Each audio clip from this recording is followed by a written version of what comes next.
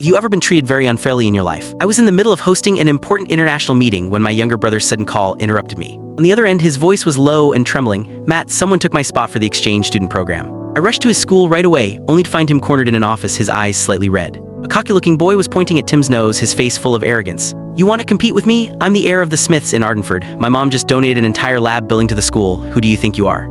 Even the teacher nearby spoke up in support of him. "Timothy, the Smiths in Ardenford are one of our school's major benefactors. You'd better be sensible and not cause any trouble." I was about to step forward and confront them when those words, "the Smiths in Ardenford," made me stop cold. Smiths in Ardenford. It's when did my mom have a third son besides me and my brother Timothy? I immediately dialed her number, a cold laugh slipping from my lips. "Mom, when did you have another son behind Dad's back? What nonsense are you talking about?" On the other end of the line, my mom, Christine Smith, sounded both exasperated and amused by the accusation. "Matthew, are you teasing me again? In this life, I've only ever had you and your brother. How could there possibly be another son?" Hearing the certainty in her voice, the doubt in my heart quickly dissolved. Of course, my mother was famous in all of Ardenford's high society as the model wife and perfect mother. Her gentle devotion to my father, Elias Mace, had remained unchanged for 30 years. She was the woman every other rich wife was compared to.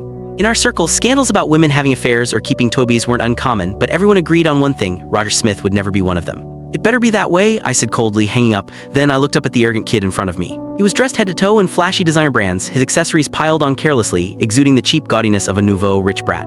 Suppressing my anger, I asked evenly, "You just said you're the heir of the Smith family." "Oh, another one? What now?" Calling him back up, he sneered, crossing his arms. "Yeah, that's right, I'm Roger Smith, heir of the Smith family in Ardenford. What, got a problem with that?" "Oh, I get it," he scoffed again. "You two are trying to cozy up to my family, huh? Too late for that. Tell me, besides the Smiths, are there any other Smiths even worth mentioning? What a pair of country bumpkins." Then he turned back to my brother, his voice dripping with malice. "Timothy, so what if you've got good grades? So what if you spend a year working hard? My mom says one word, donates a building, and unravels everything you've done, making it worthless." My brother Timothy lowered his head even further, his fists clenched so tightly his knuckles turned white.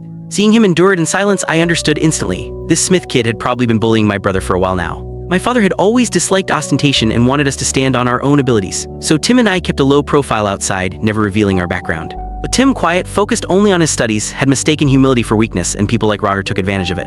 I gently pulled him behind me and turned my cold gaze back to Roger. "As far as I know, all the paperwork and approvals for the exchange program have already gone through. Replacing someone at the last minute isn't exactly by the rules, is it?" "Rules?" Roger let out a mocking laugh. With a smug grin, he pulled a stack of documents from his bag and waved them in front of me. "You mean these, Timothy's application documents? Sorry, never made it to the office. I held onto them myself." Roger smiled brightly, but the words that came out of his mouth were vicious. "So you see, the final list the school submitted only had one name from start to finish, mine, Roger Smith. No matter how well prepared he was, what good would it do him?"